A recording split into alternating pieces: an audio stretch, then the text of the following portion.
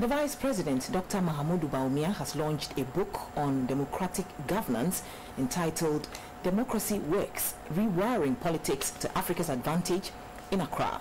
Dr Bawumia said workable and sustainable democratic governance is one that acknowledges the voice of the people to ensure that their will is not subverted in any form.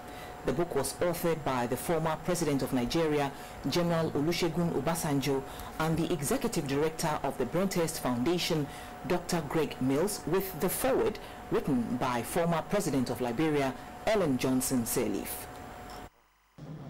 The book, Democracy Works, asks the question how Africa can learn to nurture, deepen and consolidate democracy by analyzing transitions within and beyond the continent. The authors identify a democratic playbook robust enough to withstand threats to free and fair elections. However, according to them, substantive democracy demands more than just regular polls.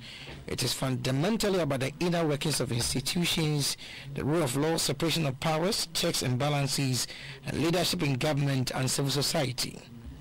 They stress that democracy is also about values, the welfare and well-being of its citizens, and demands local leadership with a plan for the country beyond simply winning the popular vote.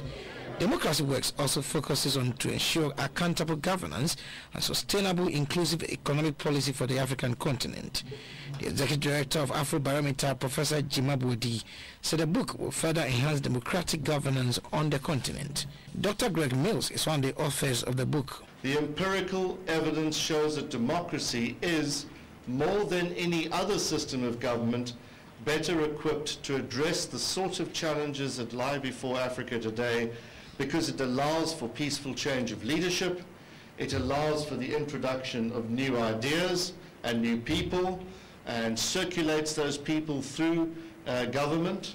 It allows for checks and balances in the government system, and indeed outside through civil society and the media. The former President of Nigeria, General Olusegun Obasanjo, said while developing institutions to promote democracy, emphasis must also be on economic development. The point is this: there must always be what I call dividend of democracy for all the citizens of the country.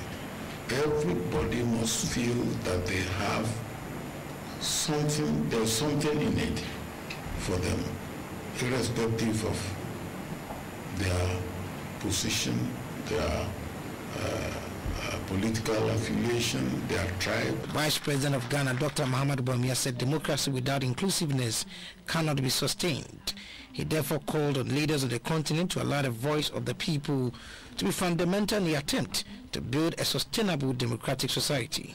Anytime people feel excluded, there is a threat to the survival of democracy. And this is why we need to pay attention to education, to health, to agriculture, to financial inclusion, even to identity, to the right to information, to macro stability, to jobs. These are the sort of things that will produce more inclusive democratic development. Strong state and rule of law are critical to the development of democracy in Africa. The book advises African countries not to reinvent the wheel of democracy, but adhere to the core principles of democracy.